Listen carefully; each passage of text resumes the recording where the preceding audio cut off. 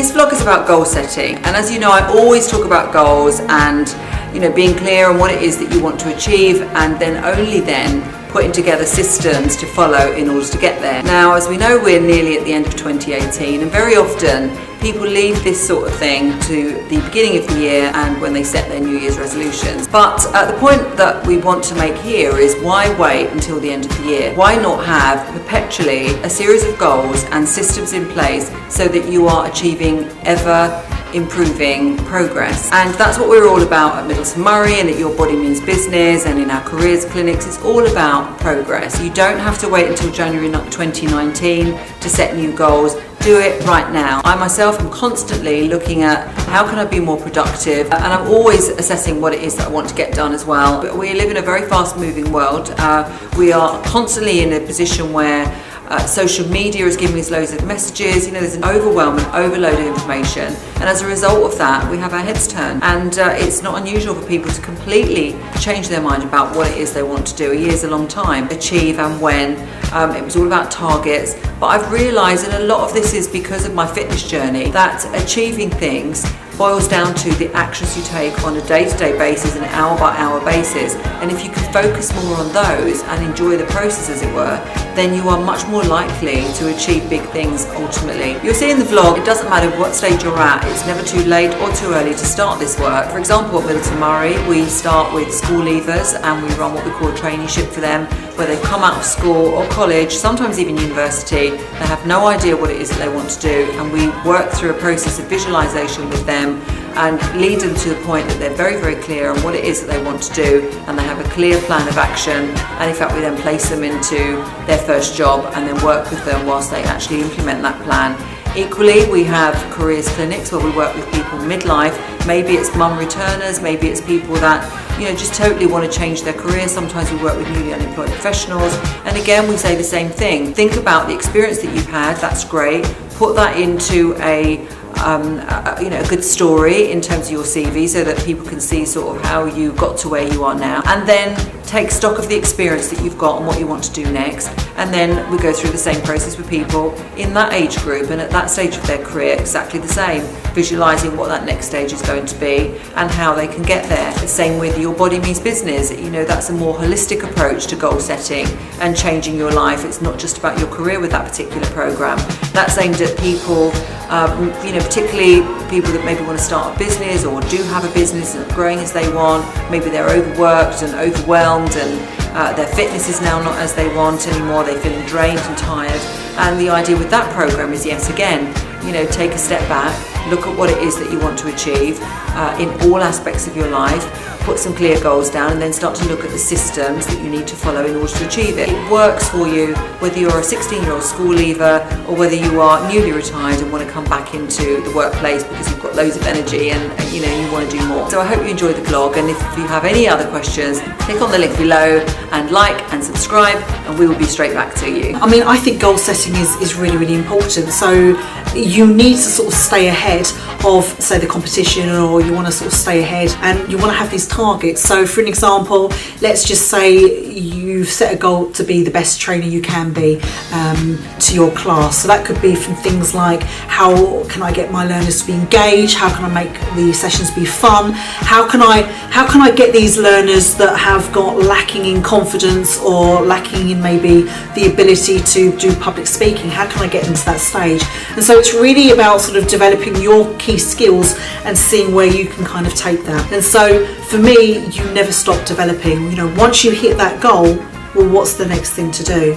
You need to set yourself more levels, otherwise you're not achieving, and everyone wants to be achieving or to feel fulfilled. So we have something here which is called a life plan, to visualize a life plan. Most of these 16 to 24 year olds, they've never actually done any reflective work. So they've been at school, they've been at college, and they've not actually sat down to think, what is it I want to do? Where do I want to see myself in 5, 6, 10 years time? And they start asking themselves some very key questions, and that's things like appearance, health, their social friends, the groups that they are with, qualifications, where they live, what are they driving, do they go on holiday? So we get them to start to think about the first 5 years and to start to visualize themselves in their social aspect of life, but also in their career as well. And so they start to formalise this step-by-step plan, and they break it down from yearly to monthly to weekly to daily.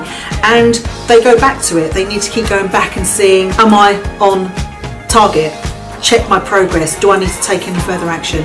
And they really do, once they start to create these, realise, hang on, I'm actually crossing things off here and I'm achieving. So it's a really good, empowering activity to do, and I think everyone should do it. Smart targets.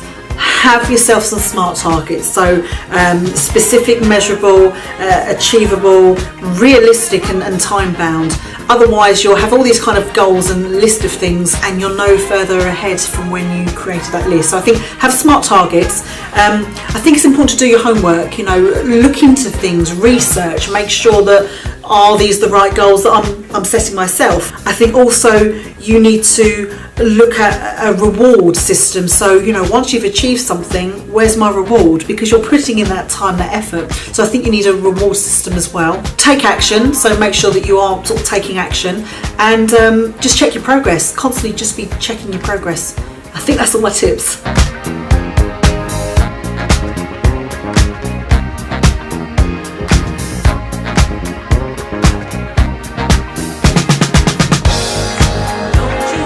Make sure you get some balance. Set goals for all aspects of your life. It isn't just about work, although that's what we primarily focus on. In order for you to feel truly content and to feel the progress that we all want to, we all need balance in our lives. So think about, your fitness, your wealth, your health, your loved ones, your relationships with your colleagues, your progression in terms of your learning. The second tip is to make your goals measurable. Very often people say, things like, I want to be fitter, or I want to be wealthier, or I just want to be happier in my job. Well, that means different things to different people. So for your own sake, as well as everybody else around you whose help you may want to enlist, make sure that you write these down in a way that can be measured. So you want to be fitter. What does that mean to you? For some people it means to lose a certain amount of weight. For others it might mean run a distance or lift a certain weight or whatever. So be very specific on what these goals are. We then come to activities. What steps and activities do you need to take in order to achieve that goal? So we'll take the fitness one again. It's very, very easy, isn't it? Eating the right things, doing the exercise, weighing yourself, etc., etc. So whatever the activities are, it's really important to write those down, because when we get to the tracking, it's those activities that you're going to measure. There's no point every day in sort of doing the measurement in such a way that you say, oh no, I still haven't got the job, or I'm still not weighing what I want to weigh. Much better for you to be able to say every day, yes, I did send those 20 letters, or yes, I did eat exactly the number of calories that I said I would. Focusing on the systems and the activity every day is very important. So it's important to not just identify the goals, but identify the steps and the actions as well. Right, number 4 is writing these goals down, not just for yourself, but also for other people. This is a bit of a scary one, enlisting everybody else onto your targets in your journey. Some people don't like to tell everybody what it is they're trying to do, because they feel a bit scared that they may not do it, and they feel a bit embarrassed, or maybe they just don't want to talk about themselves. I'm a big advocate for putting it right out there, letting everybody know what it is that you're trying to achieve. It makes you totally accountable, so much more accountable that even if you don't want to go for that run one day, you'll do it because everybody else will know about it. Especially if you're putting things out on social media, like just going out for my run, things like that, and then you don't do it one day. Hopefully someone in your audience is going to say, did you go on your run tonight? So making yourself accountable is really important, but also because you will get help from other people as well if you ask for it. It's amazing how people will help you. So enlisting other people, 1, to be accountable, and 2, because it'll be amazing how they will support and help you. I find that really, really useful when you're setting your goals. And then finally, a scorecard. And what we mean by a scorecard is being clear on, number 1, the goals, but number 2, the activities that you've said that you have to carry out in order to achieve those goals. And what I always do with the scorecard, and I call it a personal scorecard, is rate myself on did I achieve all of those activities every day. Now some days you won't achieve it. So for example, if you want to get fit, it could be getting up at a certain time, going to the gym, eating breakfast, having green juices, and there's a whole load of things, aren't there? And sometimes you're going to go through that scorecard at the end of the day, and maybe you won't be able to tick one of those boxes. If it's with your career and you've decided that you want to send a certain number of emails or a certain number of phone calls or whatever it is in your career, sometimes you won't be able to tick those boxes. With best laid plans, things are not always perfect every day, but the important thing is that you make progress little by little by little. Everyone says that we don't have very much time, but actually we have enormous amounts of time.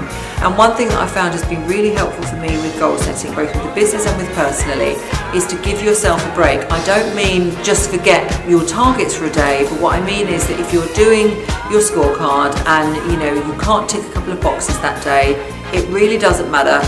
Focus on what you did do to move yourself forward, and tomorrow's another day, and try and do it the next day. These things are so simple, they're quite hard to do, so much of it is about mindset.